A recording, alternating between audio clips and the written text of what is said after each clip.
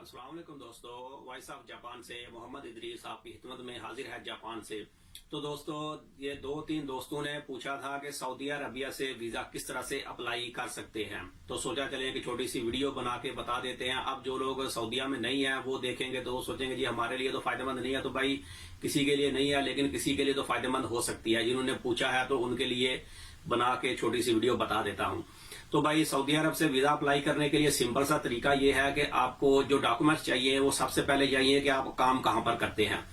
जो employment certificate है वो आपने देना है, और वो कंपनी का लेटर पैड होगा, उसके ऊपर आपका नाम, आपका पासपोर्ट नंबर, आपकी नेशनलिटी लिखी होगी, और साथ में लिखा होगा कि ये बंदा ये कितनी कौन सी डेट से हमारे पास काम कर रहा है और इसकी सैलरी कितनी है, ये उसी एनओसी पेपर के ऊपर लिखना है। और साथ में ये लिखना होगा नीचे फिर कि ये अगर ये 10 दिन या 15 दिन के लिए मसलन जापान विजिट वीजा पे जाना चाहता है तो हमें कोई एतराज नहीं है, नो ऑब्जेक्शन है कि हम इसको छुट्टी देते हैं, ये जाना चाहता है तो जा सकता है। ये आपका एक लेटर हो गया। उसके बाद आपकी पासपोर्ट की, वीजे की कापियां ये तो चाहिए, ये तो खैर बताने की जरूरत नहीं है, इनके बगैर तो काम होता नहीं है।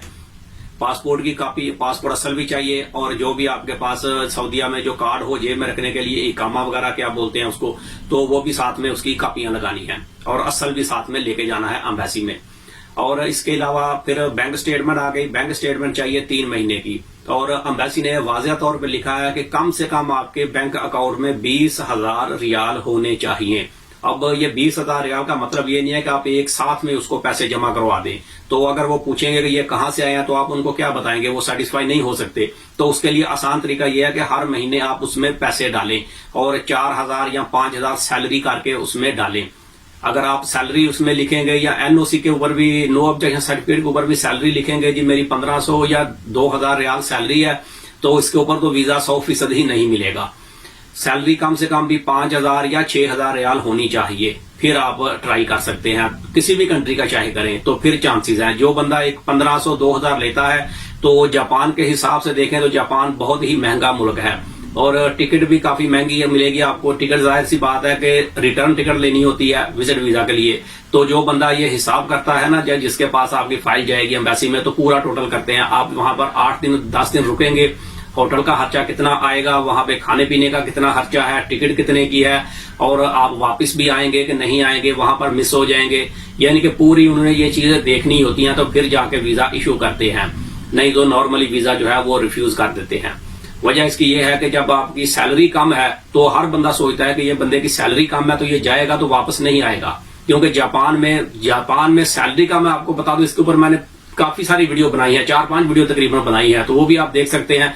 वैसे नॉर्मली मैं आपको बता दूं कि जापान में जो कम से कम भी एक बंदा सैलरी लेता है वो भी 1,000 येन पर आवर के हिसाब से लेता है। यूं समझ लें कि महीने के समझ लें कि वो भी पाकिस्तान के 2 लाख से ऊपर ही कमाता है, 2 लाख से ऊपर ही कमाता है वो, कम से कम का मैं बता रहा हूं। वैसे तो 5-5, 6-6 लाख भी बंदे यहाँ पे कमाते हैं, मेरी आंखों के सामने हैं लोग 5-5 लाख भी कमाते हैं, बचाते हैं इतने पैसे।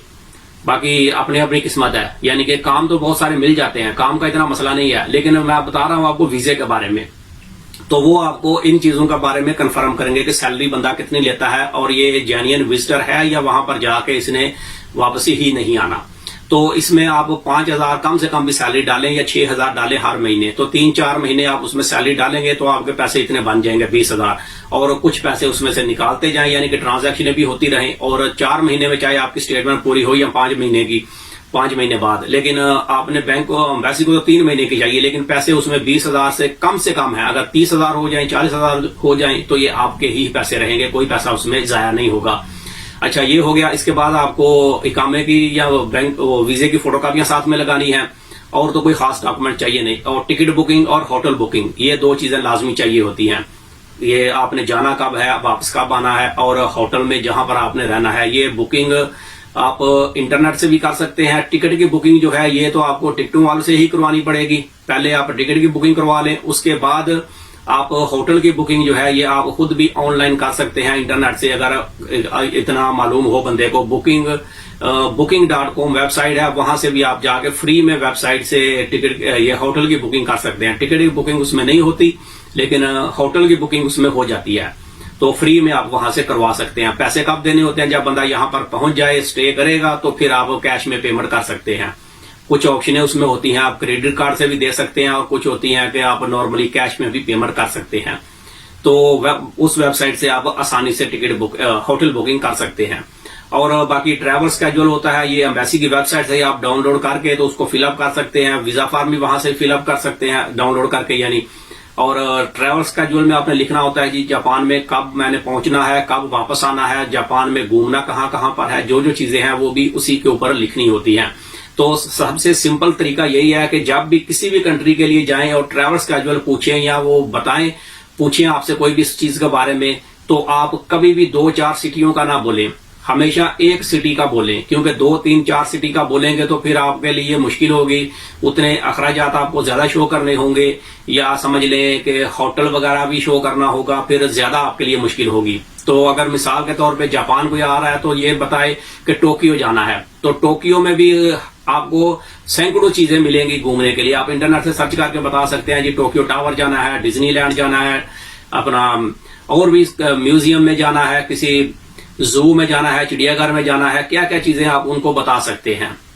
और बस ये स्केड्यूल ही बनाना है। या ओसाका का बनाएंगे दूसरी सिटी का, तो वहां पर आप बता सकते हैं जी कौन कौन सी चीजें देखनी है। बस ये समझे कि खानापुरी होती है, बताने के लिए होता है जी कहाँ पर घूमने के लिए जाना है। बाकी जब बंदा पहुंच जाए तो उसकी मर्जी है कहाँ पर वो घूमे या ना फिरे, चाहे होटल के अंदर ही दरवाजा बंद करके बैठा रही है तो उसकी अपनी मर्जी है। ये एक रिक्वायरमेंट होती है, तो ये चीजें बतानी होती हैं। तो बस ये चीजें हैं, कोई और इसमें खास नहीं है। बाकी तस्वीरें हैं वो तो नॉर्मल चाहिए ही चाहिए होती हैं व्हाइट बैकग्राउंड में। और इसमें एक खास चीज ये है कि ये जो एप्लीकेशन फॉर्म फिलअप करना है ये ब्लैक स्याही से फिलअप करना है। ब्लैक पेन से अगर करें तो ब्लैक पेन से करें, या फिर कंप्यूटर में फिलअप कर लें और प्रिंट आउट निकालेंगे तो वो तो जाहिर सी बात है ब्लैक ही होगा।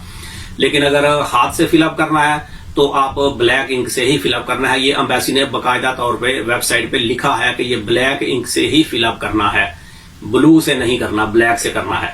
और बाकी फीस इसकी कितनी है? फीस जो है ये पाकिस्तानियों के लिए वीजा फीस कोई नहीं है, फ्री है वीजा। अगर लग गया वीजा तो फ्री में लग जाएगा, अगर नहीं लगा तो फिर भी कुछ भी आपने पैसा देना नहीं है। और 6 महीने की स्टंप लग जाएगी पासपोर्ट के ऊपर, फिर आप 6 महीने के बाद दोबारा वीजा अप्लाई कर सकते हैं। और जब आप 6 महीने के बाद दोबारा अप्लाई करेंगे तो जो पहले वीजा अप्लाई किया था वो एक अलहदा चीज था, जो अब आप अप्लाई करेंगे 6 महीने बाद तो वो एक अलहदा सिस्टम होगा।